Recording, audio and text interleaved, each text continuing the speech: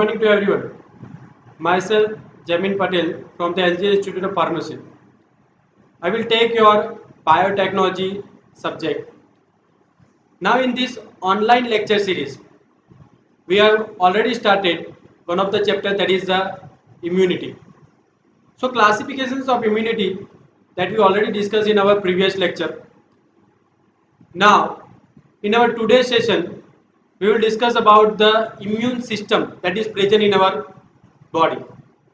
So let's see the type of immune system. Okay, main the two type of immune system is there. One is innate immune system and second one is the adaptive immune system. The innate immune system is also called as a first line immune system. Otherwise we can say is that primary immune system, means it will prevent the entry of the microorganisms. Okay, means it will not allow the entry. So in other sense we can say that it can be act as a barrier. Second immune system, that is the adaptive immune system. If the microorganism enter inside the body, later on this second immune system is activated and it will fight against the microorganism to kill this all the microorganism. So we will see this both the immune system one by one. So first one, that is the innate immune system. Now in this innate immune system, main the four barrier is there. First one is the anatomic, second one is the phagocytosis, third one is the physiological, and fourth one is the inflammatory. Now first one is anatomic barrier. How this anatomic barrier act against the microorganism? How it will prevent the entry of the microorganism? So in the anatomic barrier, main two barrier is there. First one is the skin and second one is the mucous membrane. Now we know that we already know the structure of the skin. Okay, here the structure is represented in the skin. Main the two part is the epidermis part and dermis part, right?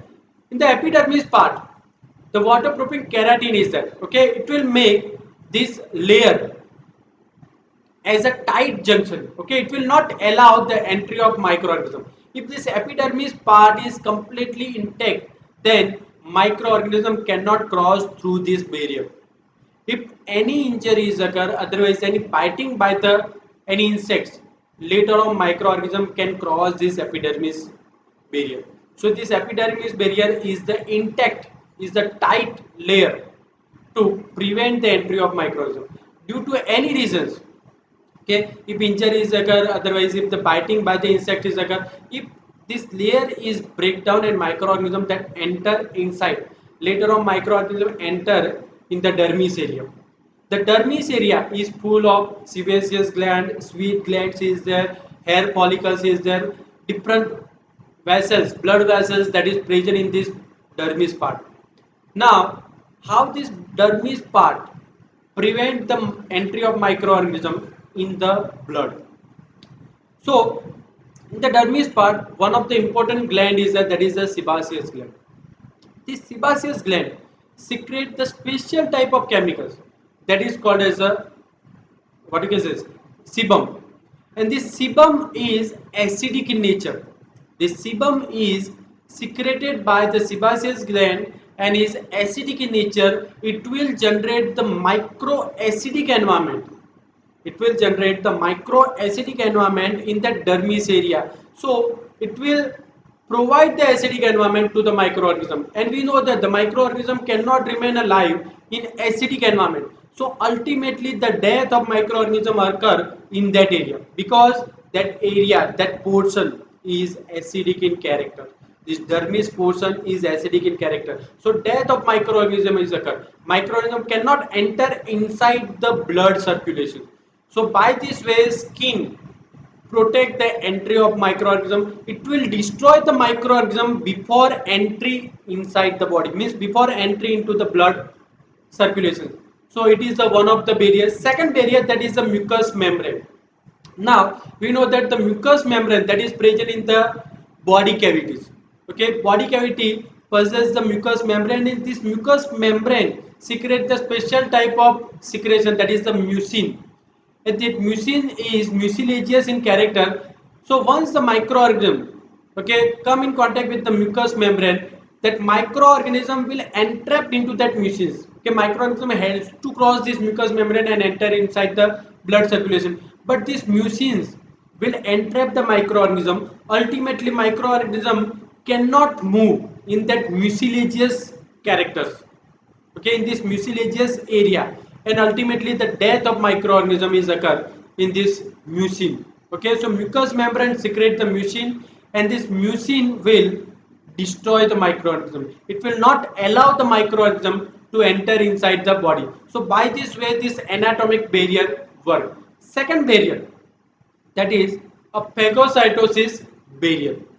Now this phagocytosis, I think so you are familiar with this term phagocytosis. Now it is the most important mechanism to destroy the microorganism. It is come in category of primary immune system also and secondary immune system. Once the secondary immune system is activated, later on also this phagocytosis is initiated. Okay, so this phagocytosis come in both the category, primary and secondary. Now what's happened in this phagocytosis process? So in phagocytosis process, the main role is of phagocyte cell. Phagocyte cell is the one type of WBC cell. So once the microorganism that enter inside the blood, otherwise enter in any organ part where the phagocyte cell is present in different form. Okay, so this phagocyte cell will detect that microorganism. It will attract the microorganism toward itself. So first step, that is the attachment of microorganism on the surface of phagocyte cell. First step, that is the attachment of this microorganism on the surface of this phagocyte cell. Okay, so that attachment is facilitated by the special carrier, is facilitated by the special carrier, special protein, and that protein is called as a opsonin. That protein is known as a opsonin. Okay, main the two type of opsonin is that one is the complement C3 and second one is the antibody. Okay, this two is the opsonin. It will facilitate the attachment of microorganism on the surface of phagocyte cell. Okay, and second mechanism for the attachment, that is electrostatic attachment, means the positive ion negative ion, okay, play the important role. Mainly the rival and cation play the important role. Ca plus 2 and Mg plus 2 play the important role to facilitate the attachment of microorganism on the surface of phagocyte cell. Once the microorganism attach on the surface of phagocyte cell, later on this phagocyte cell is activated. It will produce the pseudopores. Okay, it will produce these pseudopores. Okay, this one is nothing but the pseudopores. It will produce the pseudopores. Okay, so this pseudopores is extended and it will cover the microorganism. Okay, this pseudopores is fused to each other and it will cover the microorganism. So microorganism is covered in a vacuole. Okay, in a vacuole, and that is called as a phagosome. That is called as a phagosomes. So these phagosomes contain the microorganism. Okay, the vacuoles inside that microorganism is entered. That vacuoles is called as a phagosome. That vacuoles is called as a phagosomes. Now here, once the phagosome is formed, that phagosome is moved inside the cell. It is enter into the cytoplasm. Later on, the lysosomes that is present in the cytoplasm, okay, that lysosomes is attracted toward this phagosomes. Later on, this lysosomes fused with the phagosomes and the combined vacuoles is formed, and that combined vacuoles is called as a phagolysosomes. Is called as a phagolysosomes. Now this we know that lysosomes is called as a suicidal bed. Okay, lysosomes contain the different type of enzyme, 60 different type of enzyme that is present in this lysosomes. This all the enzyme, okay, is secreted by the lysosomes and microorganism exposed to that different enzymes. So ultimately main two mechanism is occur for destructions of this microorganism. First one, that is the respiratory burst. Okay, and second one, that is the enzymatic degradations. So first one is the respiratory burst. Means what? Okay, here microorganism that is enter inside the cell. The cell itself required some specific quantity of oxygen.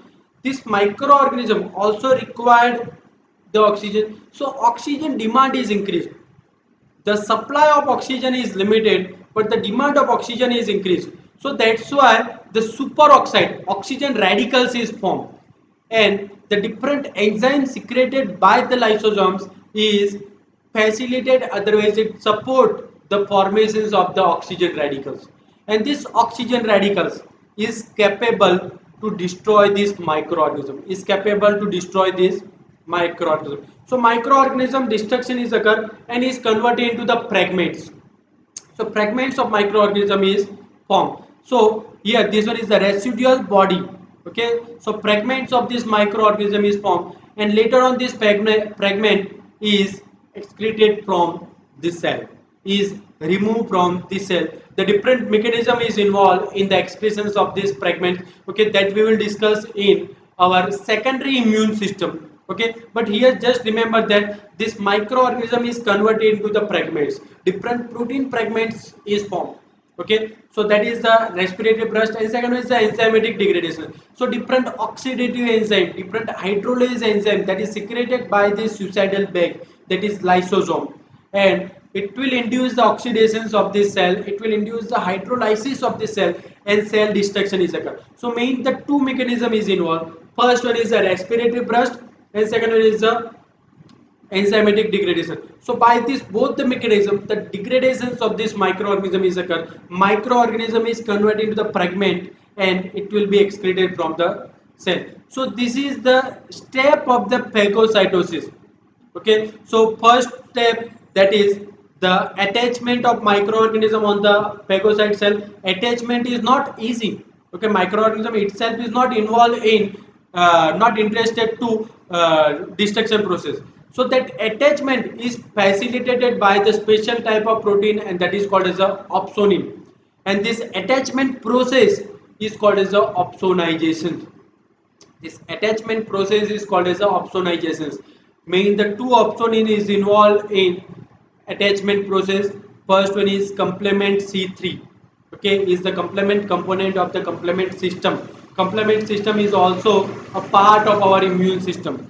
Okay, so complement C3 is the one first opsonin, and second one, that is the antibody. Antibody also facilitated the attachment of microorganism on the surface of phagocyte cell, and this attachment is fixed by the electrostatic charge, that is the divalent cation Ca plus 2 Mg plus 2 is involved to facilitate the attachment, to fix the attachment, and later on this phagocytosis process is initiated. Pseudoform is formed, pseudoform is extended, it will make the phagosomes, phagosome is fused with the lysosome, phagolysosomes is formed.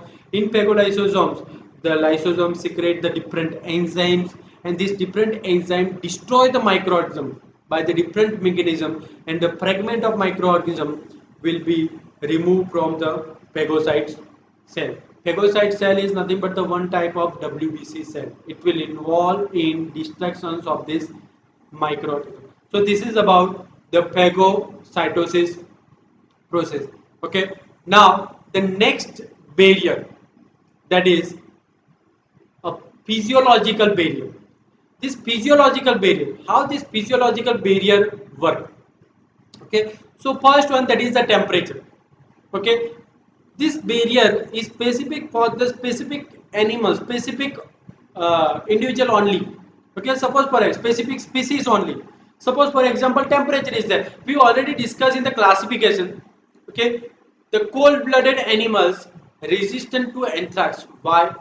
Because the temperature of the body is other than 37 degrees Celsius, and this anthrax organism, the organism responsible to produce the anthrax disease, can work at 37 degrees Celsius only. So this temperature other than 37 degrees Celsius temperature act as a physiological barrier. It will protect the body against the particular organism.